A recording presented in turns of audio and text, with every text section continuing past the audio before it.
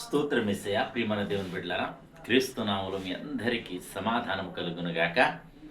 ఆమేన్. ప్రతిదినము దేవుని వాగ్దానం అని ఆత్మీయ చక్కటి కార్యక్రమంలో మిమ్మల్ని ప్రేమపూర్వకంగా ఆహ్వానిస్తా ఉన్నాను. దేవుని బిడ్డలారా, ఎలా ఉన్నారు? బాగున్నారా? ఉదయాన్నే లేచారా? ప్రార్థన చేసుకున్నారా? మరి వాక్యాన్ని చదువుకున్నారా?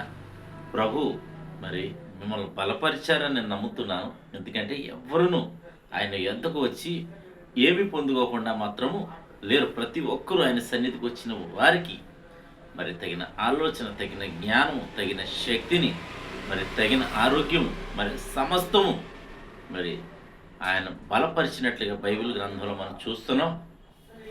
కనుక మరి ప్రతి ఒక్కరూ దేవునికి దగ్గరగా జీవించాలన్నది దేవుని చిత్తమని మీకు మరొకసారి తెలియజేస్తూ, ప్రతిదినము దేవుని వాగ్దానం అని ఆత్మీయ చక్కటి కార్యక్రమంలో వాగ్దానం చదువుతున్నాను. అపోస్తల కార్యములు 13వ అధ్యాయము 47వ వచనం.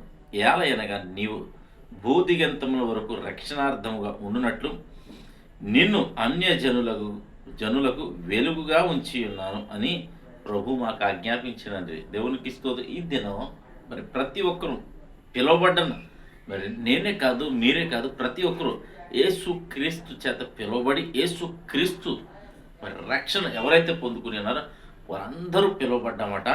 ఎందుకు పిలువబడ్డామనంటే అన్య జనులందరికీ వెలుగుగా మరి ఉండునట్లు. ఏమంటున్నాడంటే వెలుగుగా మనల్ని ఉంచానంటున్నాడు. అంతే. దేవునికి స్తోత్రం. హల్లెలూయా. అంటే ఇది స్థిరము.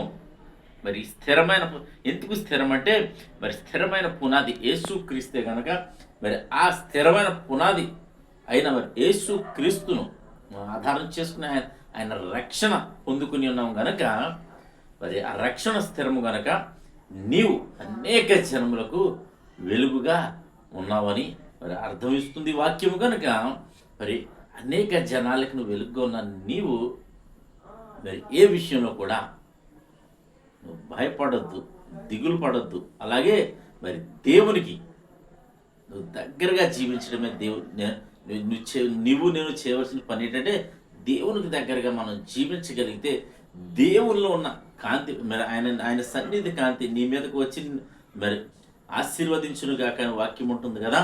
మరి అదేవిధంగా మనం ఎప్పుడైతే ఆయన సన్నిధికి దగ్గరగా ఉంటామో, ఆయనకి దగ్గర ఉంటామో, ఆయన సన్నిధి కాంతి మరి ఆయన ముఖ కాంతి మనపై ప్రకాశించి మనం ఏం చేస్తామట అన్య జనులకు వెలుగుగా ఉంటాం కనుక మరి ఇది ఆశీర్వాదమే కనుక మరి క్షేమం గనక మరి దీవెన గనక ప్రతి ఒక్కరూ మరి దేవుని మార్గంలో దేవుని విశ్వాసంలో మరి ముందుకు సాగాలని మీకు తెలియచేస్తూ దేవుడి మాటలు దీవించును గాక. ఆమెను ప్రార్థన చేసుకుందాం. స్తోత్రము తండ్రి, వందనాలు యేసయ్య. ప్రతిదినము దేవుని వాగ్దానం అని ఆత్మీయ చక్కటి కార్యక్రమంలో కృష్ణ వాగ్దానం బట్టి స్తోత్రాలు. అన్ని జనులకు మమ్మల్ని వెలుగుగా ఉంచానన్నాము. నేను ప్రార్థన కోరుతున్నాము, తెలియజేస్తున్న ఈ వాగ్దానం ద్వారా ఎంతమంది ప్రజలు యూట్యూబ్ ద్వారా, షేర్ చాట్ ద్వారా, ఫేస్బుక్ ద్వారా, నేను వాట్సాప్ ద్వారా, ఈ రోడ్డు మార్గం చదువుతున్న వారు అందరి జీవితాలు వాగ్దానం నెరవేర్చండి. ప్రతి ఒక్కరిని మీ చేత పిలువబడిన ప్రతి ఒక్కరిని స్థిరపరిచి అన్యజనులకు వెలుగుగా ఉంచమని, అందరికీ రక్షణార్థమై మహిమార్థమై మాదిరి జీవితం ప్రతి ఒక్కరికి దయచేయమని ప్రార్థిస్తాం.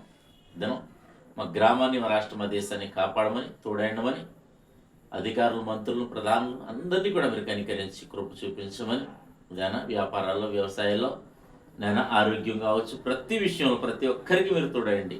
నేను మహిమ పొందమని, ఈ దినం ఎవరైతే మ్యారేజ్ డే బట్టి చెప్పిన బిడ్డలందరికీ క్షేమాన్ని, సమాధానాన్ని ఈ సంవత్సరం అంతా ఈ దయకిరీటం నుంచి మీరు మహిమ పొందమని క్రీస్తు నామములో ప్రార్థన అడుగుచున్నాము తండ్రి. ఆమేన్. నేను నమ్ముతున్నాను ప్రియమంది బిడ్డలారా, ప్రభు మనందరితో మాట్లాడి మనల్ని బలపరచాలనుకుంటున్నా. మీరు బలపరచబడడానికి మరి దేవుని స్తుతించండి, ఘనపరచండి. అలాగే వీడియోని లైక్ చేయండి, షేర్ చేయండి, ఛానల్ సబ్స్క్రైబ్ చేయండి. దేవుడు నిన్ను కుటుంబాన్ని బహుగా దీవించును గాక. ఆమేన్.